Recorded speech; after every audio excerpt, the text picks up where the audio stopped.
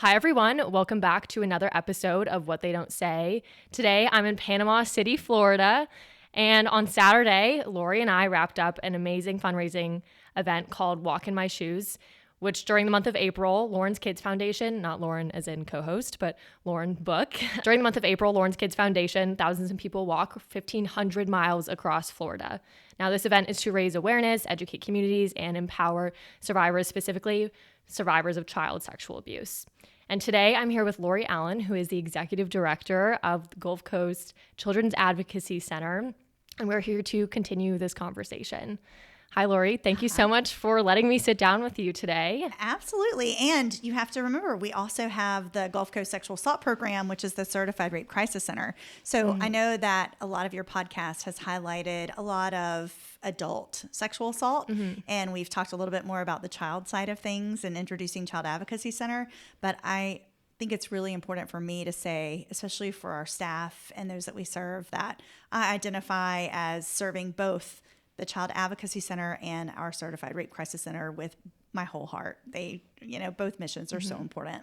Thank you for clarifying that. I was going to ask you to say all of your titles because you are a woman who does so much for this whole sexual abuse world. And I was like, I can't even put all of her titles into one sentence because you do so much. So thank you for clarifying that. Of course. So now to all the listeners, if this name of the organization sounds familiar at all to you, that's because we had Brent Patrick on, who is the COO of Gulf Coast, and that was episode 24. So if you guys want to go back and learn about some history and learn about, law enforcement and, sort of how advocacy and law enforcement are intertwined, I highly recommend you go back and check that episode out.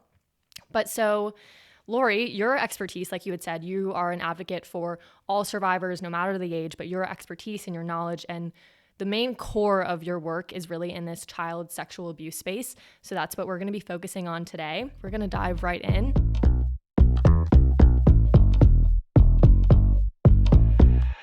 So to give our audience a little bit of history on you and sort of what you do, how did you end up in this space?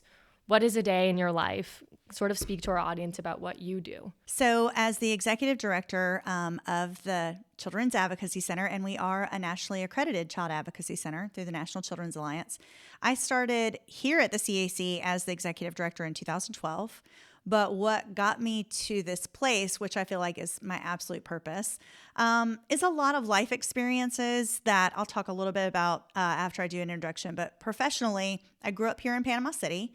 My dad is career law enforcement. He just retired after 40 plus years of service. Wow. So I have been exposed to victim services work and just the importance of justice and safety for those in our community that are vulnerable. And I once graduated, went to school. I started off as pre-med. Okay. Got to organic chemistry and said pivot. I think most people feel that way too.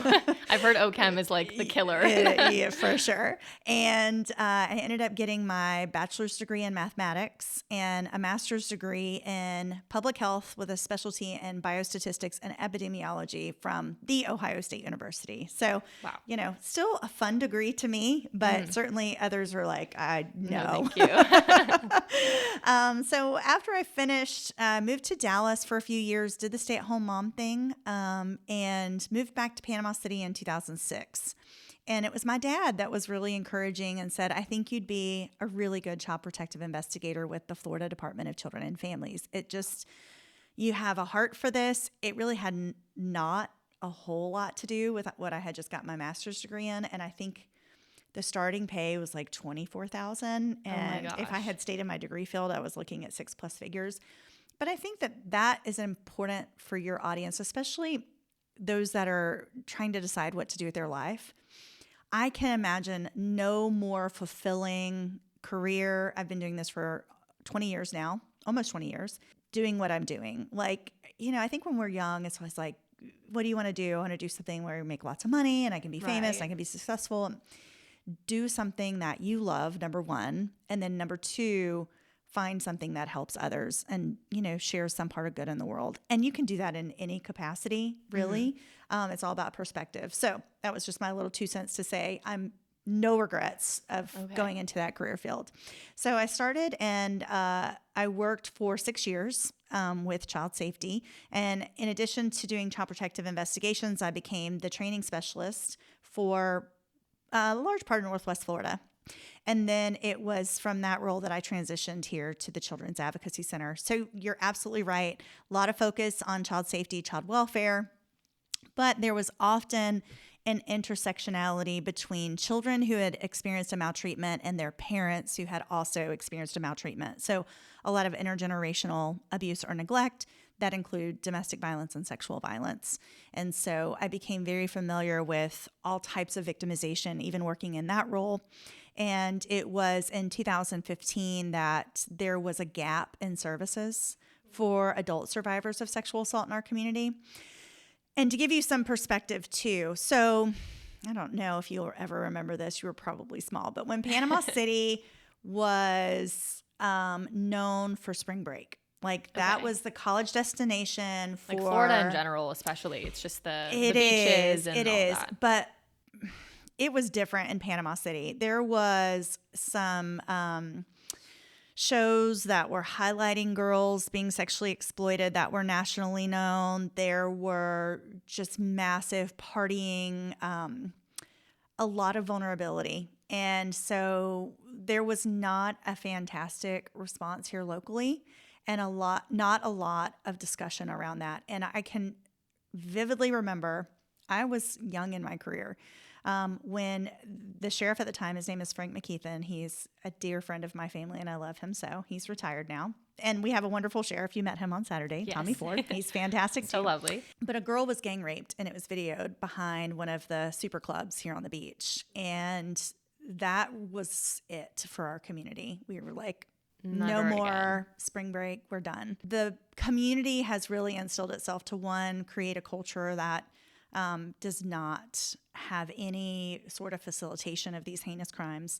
And number two, really wanted to make it a destination that is safe and family friendly and inviting for its beautiful beaches. And so it was all around that time that there was really no rape crisis center. And we were asked to take it on. So what we would have done, I would imagine this massive response during the spring break should that environment had continued. And I'm so grateful that we had that change within our community.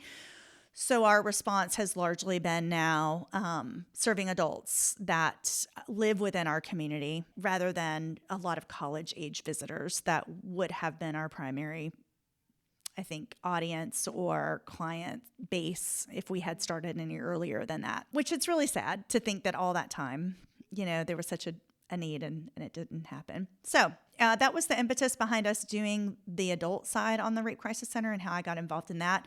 And it has been a phenomenally fulfilling role to take on that responsibility and help so many in need. And it was only until I started working in this field at the CAC that I learned a number of my family members were impacted by incest and sexual violence, which explained a lot of the unfortunate outcomes in their lives that ended in untimely deaths, addictions, incarcerations, things of that nature. So I have multiple motivations for what led me to the field. Let's kind of rewind a little bit. When your dad said, I think you should go into this space, at such a young age, you were able to have that maturity to look at changing people's lives versus monetary motivations. Like what was your first thought when your dad said that to you? Was it clear or was it just like, Dad, come on, like I'll try it. I'll give it a shot. Yeah, I was excited, honestly, because there's not a lot of careers where you're handed an individual or a family and it's like they need you, right? Like how often where you're not responding in a hospital setting. Like right. I knew I would not do EMS. I would not be an ER doctor. Like it worked out, right? Mm-hmm. I have so much respect for individuals that can respond to both emotional and physical trauma. For me, it was looking at very complex traumatic experiences and a lot of challenges that families just didn't have the resources to help overcome, and that I was the one that was called in along with the team that we had within our system of care to help alleviate so much of that stress and try to stabilize families and partner with them. And that was exciting and I really evolved over time in my career.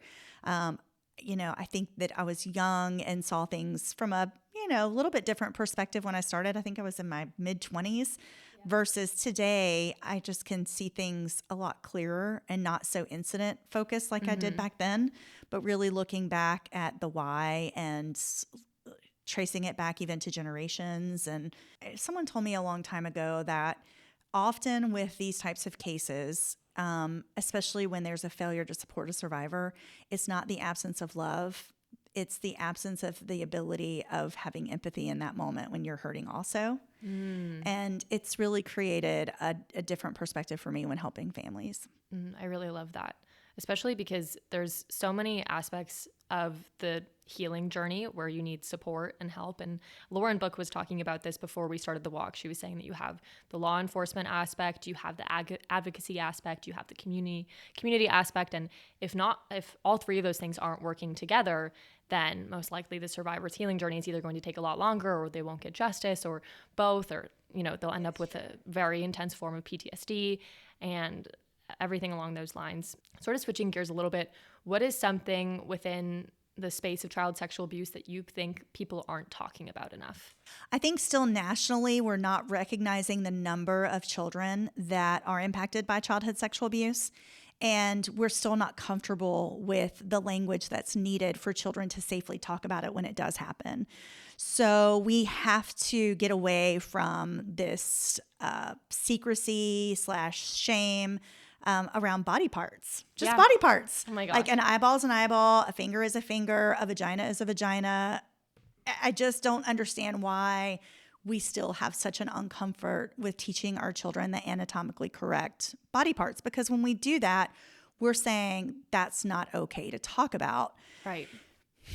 And, it has to be okay to talk about. There are things that can physically go wrong, and I shouldn't be afraid to ask my mom when my vagina hurts, right, or, when my penis hurts. Like, that should be a normal conversation that I should not be ashamed to have. Those are not bad words. And they're a part of your body. They are a part of your body. And those that exploit children use just that alone to their benefit because it's a secret. And it's a secret that then they're going to provide some education about because, they're special. The child is special to them, and, they're special to the child. And, mommy wouldn't want to know because this is not something we talk about, remember? Right. Oh, which just is a whole other aspect to why a child can be manipulated and everything like that. The psychological manipulation is so significant. And it's different from a lot of adult sexual assaults because it tends to be acute in nature, where childhood sexual abuse is complex and it's a process. I don't like the word grooming as much. That's what, has been used historically. But to me, it's more of the psychological preparation for what the perpetrator is trying to achieve with the victimization. And so it's gaining that trust, it's building that relationship, it's teaching them what they want them to know about a subject that their parents are not willing to talk about. And a lot of times young kids, whether they realize it or not, and I don't know if it changes at a certain age, but it's kind of that desire to be older. I have someone in my family who's 7 years old, and she always talks about how she wants to be older. That way she can have a cell phone, and that way she can drive a car and call her friends. And like, that's all you think about is the being older when you're younger. And you don't really understand what being older really means. Agreed. But if an adult can give you, that sort of quote unquote treat of being older, or an aspect of aging that is appealing to them, then they're going to have such a stronger hold over them. Absolutely. And think about it. I mean, when we're little, we always want to sit at the adult table at Thanksgiving. Oh, yeah. We just always, you think about all the things you want to be grown whenever you're little. And yes, perpetrators use that to their advantage. And they also use conflicting natural biological responses to their advantage. Could you explain that? Sure. So especially it's very complicated for male survivors, when this happens. So if they have a biological response, if they get an erection when they're being abused, then they feel like they deserved it or they liked it. Or they're like confused sexually all of a sudden. And Yes.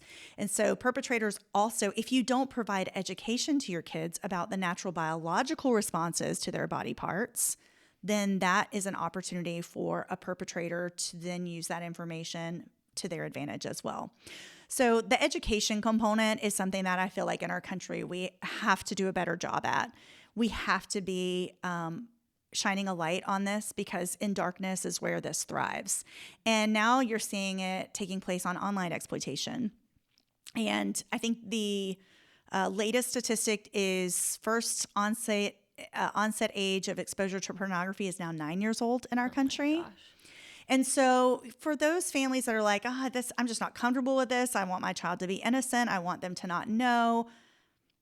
Unfortunately, a lot of that's taken out of our hands. I get that as a parent, and we just have to come to terms with what is reality and what our children are exposed to, and prepare them with the best armed information. One of the programs here at Gulf Coast is you guys educate parents on how to teach their kids about consent and their body parts and all of that. So if there was a parent listening to this episode, what sort of tools would you tell them or would you give them to be able to teach their kids about this? Because when I try my best to think back to that age, I think when someone said butt and I'd giggle. Yeah. And so how does a parent teach a kid about consent and their body parts and make it an approachable conversation so that it's safer ultimately? Yes. So early and often is what I would suggest. And, if you start off very early at bath time, let's scrub your head, let's grab our arm, let's grab our vagina, and it just becomes the norm, in your naming and your learning. And then there's not then you won't, right. Because there's no shame or silliness to it. It's just normal. So that's one thing. Two, there is a lot of really wonderful guidance out there to help parents with this. And it's important for parents, your children, your family. There is not a single answer I'm going to tell you that's going to be a fit-all, but there is information to help you arm yourself as to what's going to be the best way to have these conversations with your children. And so I have 2 children, and I've had to have those conversations differently with each one of those children. I had one child that was very sensitive, and so it had to be taken a little bit differently than another child that's a force of nature, and there was nothing that's going to bother her. And so it was very blunt, and it was very early, and she had questions, and thankfully she was comfortable enough to ask them. So, I think that the Lawrence Kids Foundation does a fantastic job. They have the curriculum, Safer, Smarter Kids. It is available on their website, so lawrencekids.org. We'll put all of that in the bio of this episode as well. Yes, and that is a wonderful way to learn how to best have these conversations with your kids, is utilize those evidence-based resources that are present. And I am proud of the fact that the state of Florida has mandated this curriculum to be taught. So in some form, it's not necessarily Safer, Smarter Kids, but it is a form of curriculum to address this, unfortunately, epidemic that has plagued our world. I remember speaking at a chamber event years ago, and I said, for all of us that were raised in the 80s, do you remember getting the fire education, stop, drop, and roll? Oh. And everybody's shaking their head, yes. So if you were to encounter a fire and you were, something, your clothing or you knew how to respond. Said, how many in this room, if you would mind identifying, has ever had to utilize the stop, drop, and roll? And I think one person in a crowd of several hundred raised their hand. I said, here's the statistic just on childhood sexual abuse. 1 in 3 girls, 1 in 5 boys before the age of 18. So 1/3 of this room, or 1/4 of this room, if we combine the sexes, raise your hand. That's how many would benefit from this education today. And it was just an eye opener. Right. And that's just what we know. How many do we not know? Mm-hmm. Because we know that this has thrived under the shroud of secrecy and shame. Mm. Yeah, I love that you said that statistic.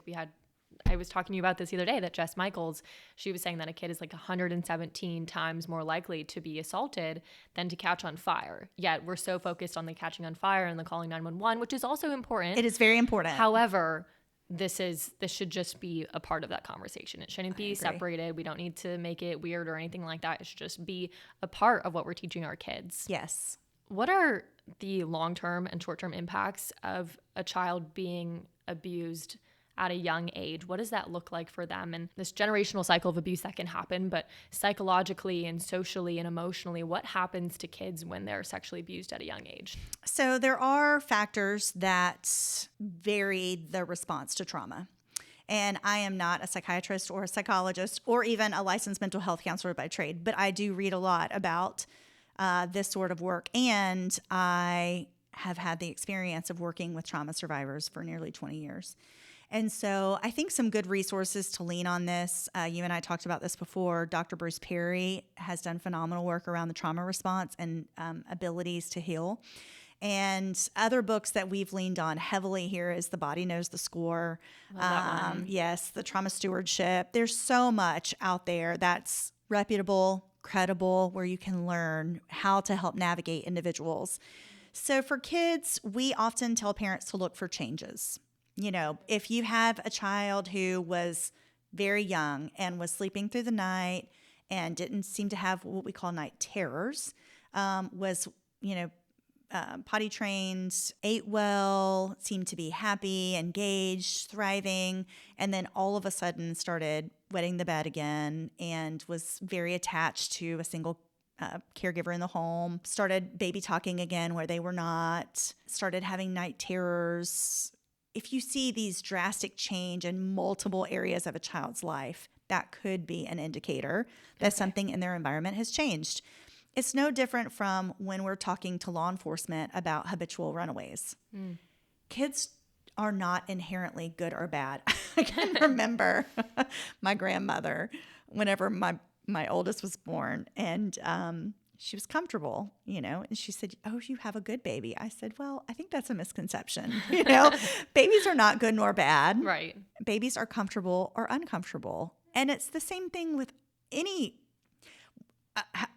human being. We're either at peace and content, or we have unmet needs and we're disrupted or dysregulated. One of our trauma therapists likened it. They said, humans are just complicated house plants. We need water and sunshine, and we need some interaction. But for the most part, if we can just have our basic needs met, then we're going to be okay. We're good. And when we start wilting or start dying or start shedding, then something's not right. There's something out of balance. And that's the first indicator. However, there are some kids who have experienced terrible maltreatment, and because of their own personal resiliency, spiritual relationships, familial supports, or the fact that when it happened, they had the education, they knew, they immediately told, it ended up being acute in nature, then they really didn't need any formal trauma therapy, and they didn't have necessarily a trauma response. Okay. I'm saying all that to say every individual is different in their response. Those are some indicators that something could be wrong, or that there is a dysregulated response to an event that has happened. And it is okay, too, to understand that some people respond to trauma differently. And if you don't notice a change, that doesn't mean something bad didn't happen. Right.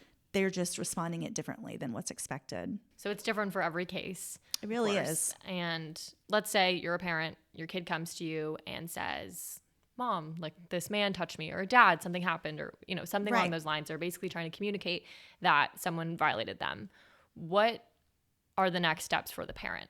I know it's different varying by state, but like, what is the first thing a parent should do in that moment? Number one, do not freak out. Do not yell. That's as much as hard. you can. Yeah. And that's the thing. Like, you need to prepare for when that happens. It's just like our preparation for active shooter when we do training here at the CAC. Like, biologically, you're going to have a freeze, flight, or fight response. The more you think about what your plan is going to be, the better equipped you're going to be at enacting that plan. And so you as a parent, something traumatic has happened to your child. How am I going to respond? If you freak out, then they're going to freak out, and then they may minimize what actually happened or even recant. And they might start focusing on trying to fix the parent and make sure the parent's okay. 100%, because then the focus is now on me freaking out and not them, who has bravely come forward to disclose this horrible thing that has happened, often by someone who both of them know, love, and trust. Right. So that's the first thing. Don't freak out. Think about how you're going to respond. Number two, thank them for telling you. It took courage. Thank you for telling me. I believe you. I believe you. Like, start by believing. Always. Always. Because it doesn't make a difference in the end, no matter what happens. No. Start by believing, because you can't undo when you start by disbelieving, right? I mean, you can't undo that. And oh gosh, can you imagine like being a child and going to someone that you love, like a parent, and saying something happened to you, and the response is 1, freak out, 2, I don't believe you. Horrible. Like what a unsafe space your parent becomes. And for so many kids, that is a harder thing to overcome in therapy than the actual abuse itself. Man, that for me elicits more like tears in my eyes thinking about what these kids have to overcome, right? And so, start by believing, thank them for telling you, thank them for having the courage to tell, and then respond to the authorities for help. Then report it to law enforcement, then report it to Child Protective Services. Don't ask the questions. Don't do the investigation. It's not your job to investigate. It's not your job to prove it. It's not your job to confront the perpetrator. Right. That is what law enforcement and Child Protective Services are there for. And so your job is to believe and support. Period. That's it. Yep. So start there, and the system will navigate itself from there. And then places like child advocacy centers, there's nearly 1,000 across the country. Find one, and they'll have resources to help you. Yeah. And that's something that I didn't even really realize existed before, is that like there are centers just like where we are now, that are there to advocate for your children and to help you navigate this process as well. And that you don't have to go through this process alone. And as a parent, like I'm sure your first reaction is like anger or fear or like I'm gonna go shock, like disbelief, all of that. And I can imagine that for a parent, it's hard to be the rock for your kids constantly. But in that time, that's like a keep being the rock. Keep just, I believe you, I love you, thank you.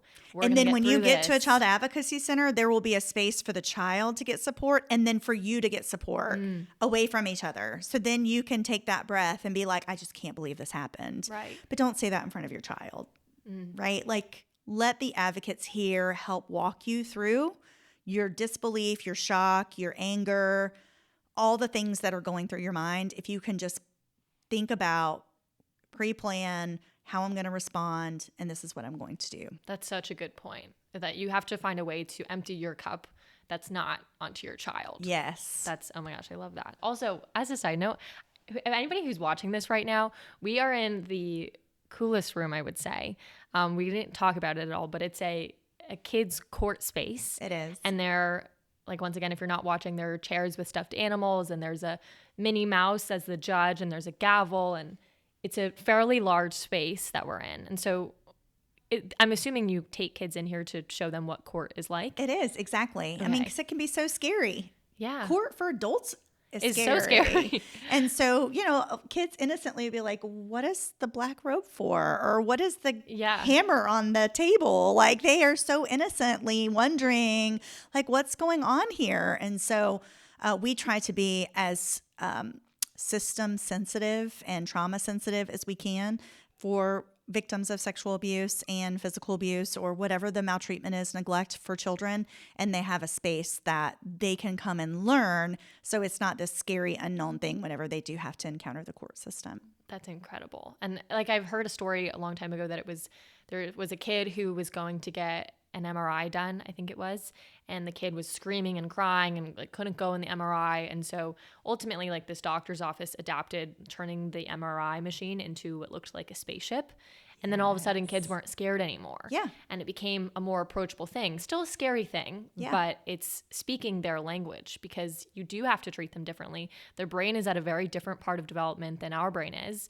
And so I love this space, and, being able to teach them about what a gavel is before they see it. And then in court, they can just say, oh, I know what that is, instead of just one other scary thing that's making sound. Yes.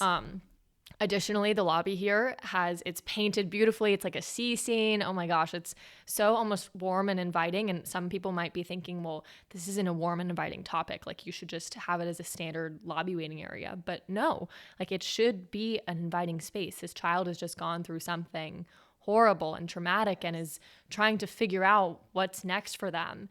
And so I just wanted to commend you. And I don't know if other advocacy centers out there do this, but this just feels like such a safe space for kids. So, and that's the intent, is that it's a child-friendly setting where kids know this is a place for them, and it does feel like a safe space, because it is a safe space. It's not a sterile environment. It's not, you talked about the unknown. Well, there's fear in the unknown. So if we have a space that looks familiar to them because it's their child, then, there's less to be scared about. They know that the people here are going to greet them with smiles. They're going to greet them with joy.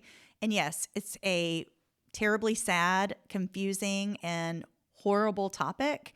But in spite of that, there's still joy and hope. So you are a woman of many talents. You do so much for this sexual assault world. And I never know really what to call it. I just call it kind of like the sexual assault space. Last time we spoke, and as well as this morning. So last time we spoke, you had gotten back from DC. This morning, you were creating a video for something going on in DC. Overall, you do a lot in like the policy world within sexual assault, right? Am I saying that correctly? I do. I am very much engaged in, especially the civic side of things in the state of Florida, but nationally as well. Because it is important that our legislative bodies understand the work that's done by victim services centers, rape crisis centers, domestic violence shelters, child advocacy centers, is transformational for our communities. And the science is there. It was in 1998, so we're talking almost 30 years ago, where Kaiser Permanente released the ACE study, the Adverse Childhood Experience Study. And it has since been more studies done to confirm those findings, to say the root cause of a lot of things in society that are disruptive is childhood trauma. And let's do something to work on that, right? Right. Yeah, absolutely. So I feel like it's my life's mission to make sure that, yes, we need to study lots of things that are important in our world and our environment, and we need to prioritize a lot of topics, but this one should be in the top 3. Absolutely. I mean, it really needs to be. Mm-hmm. And we are not there yet. We have to fight for funding from a victim services arena yearly. Yearly. I want you to think about that. Like, it is mind-boggling to me that we have to fight for funding to be able to provide a forensic interview of a child that has been raped, and a medical exam for a child that's been raped, and provide therapy for a child that's been raped, and a victim advocate to help them through court. We have to fight for that. We have to do better as a country. Yeah. We have to do better as a country. And the sad part is, it's such an underfunded mandate. You look at major metropolitan areas, they are running on skeleton crews. So that means that, some kids get in for services and some do not. And that's not okay either. At some point, you and I talked about this Saturday, there has to be a champion.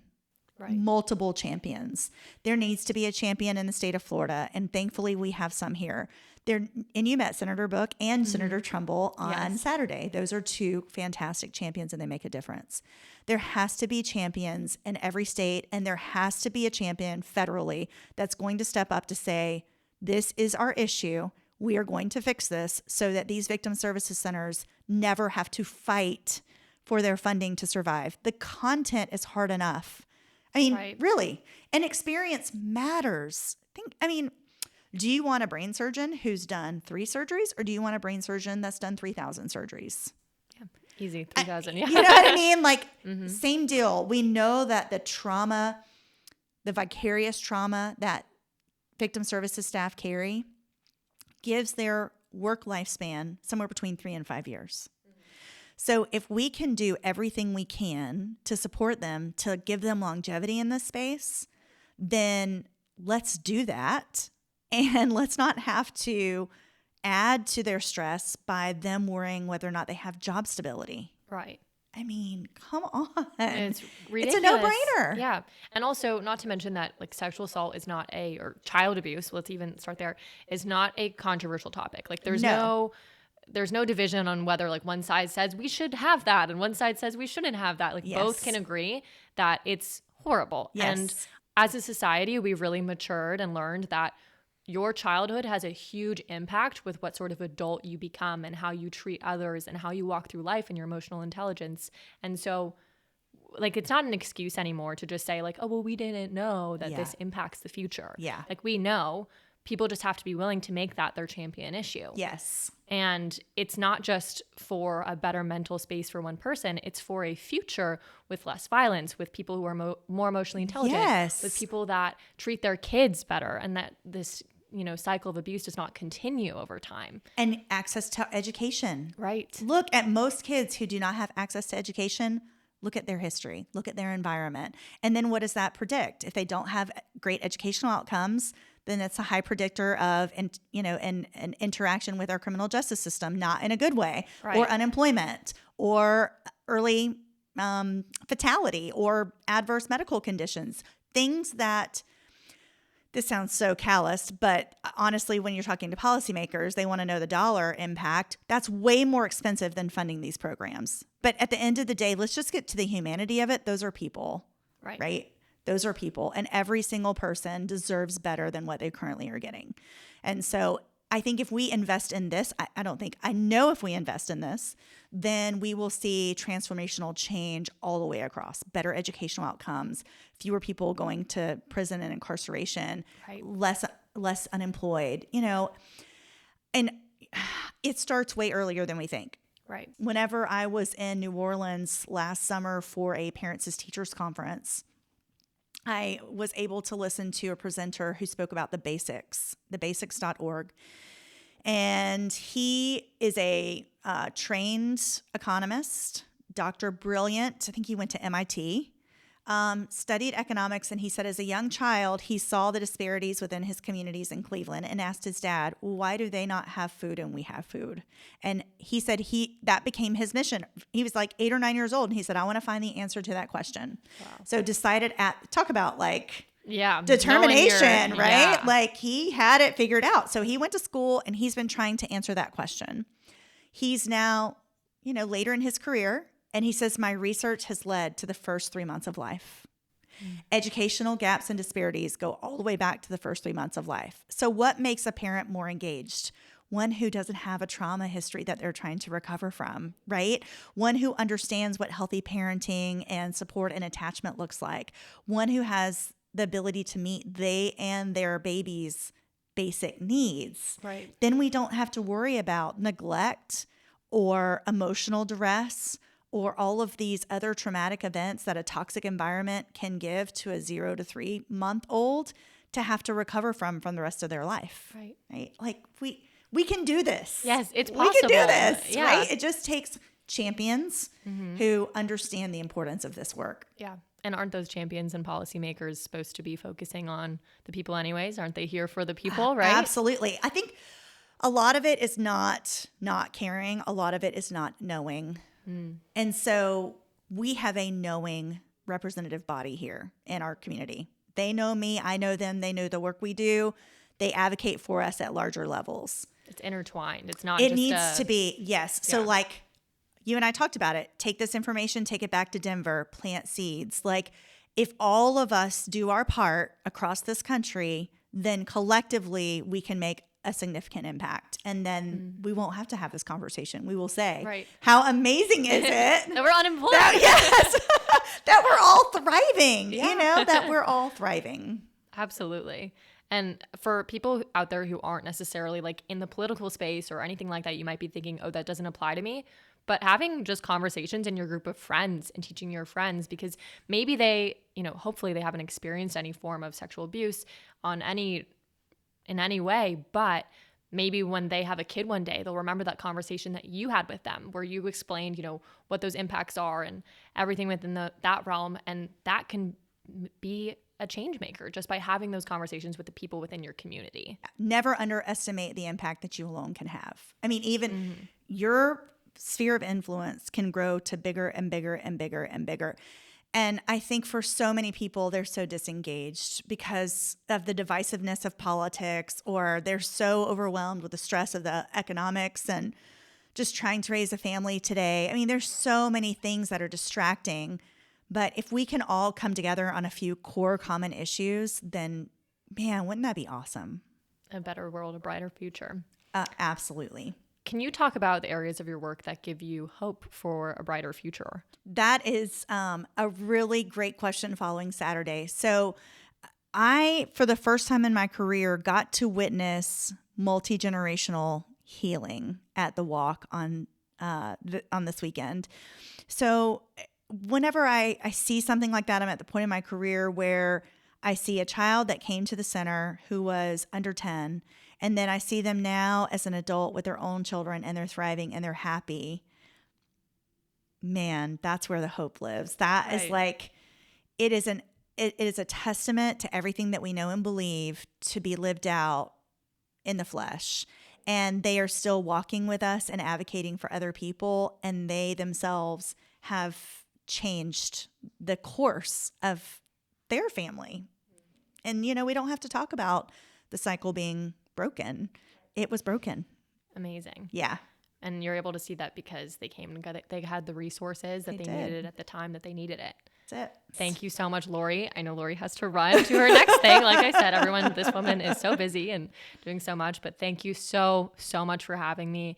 You're just incredible. And I just can't say thank you enough. Well, I am so excited for you and Lauren. You took a horrible experience and you found a way to raise your voice and to lift others. And that takes a lot of strength. I'm proud of you both. It's awesome. Thank you. Yeah. Thank you so much to everyone who tuned into today's episode. It was such a special episode, and it was incredible to be able to be with Lori in person in Florida. And none of that would have been possible without all of you. So thank you so much for listening, for supporting us. I love you guys. You're amazing. Now, with that being said, if you have any questions, comments, want to share your story, have an episode idea, go ahead and send us an email at whattheydon'tsaythepodcast@gmail.com. Or you can DM us on Instagram or TikTok. Those are both What They Don't Say official. Those will all be linked in the bio of this episode. Being in Florida and being able to tour the Advocacy Center, as well as, meet politicians who have made this a champion issue for them, and just talk to people who are really in this child sexual abuse space, gave me a whole lot more knowledge and a new perspective on the space as a whole. So I want to be able to share all of that knowledge with all of you guys, but it's a little bit too long to fit into this episode. So stay tuned for a future episode where I sit down with Lauren and talk about all of those things and give a more in-depth view of my time in Florida as a whole. I wanted to give one more shout out to Lori Allen, as well as the Gulf Coast Children's Advocacy Center, for taking me out there and getting me out to Florida and, showing me around and introducing me to so many wonderful people. Thank you, thank you, thank you. I know I might sound like a broken record, but truly it was such an incredible experience that I never thought I would have, and you guys gave that to me. And so just thank you. The work you are doing is incredible. It's changing lives on a scale that is really giving me hope for a brighter future for our children. You guys are amazing. I love you so much. I hope you have a great rest of your week, and I'll catch you on the flip side. Cheers.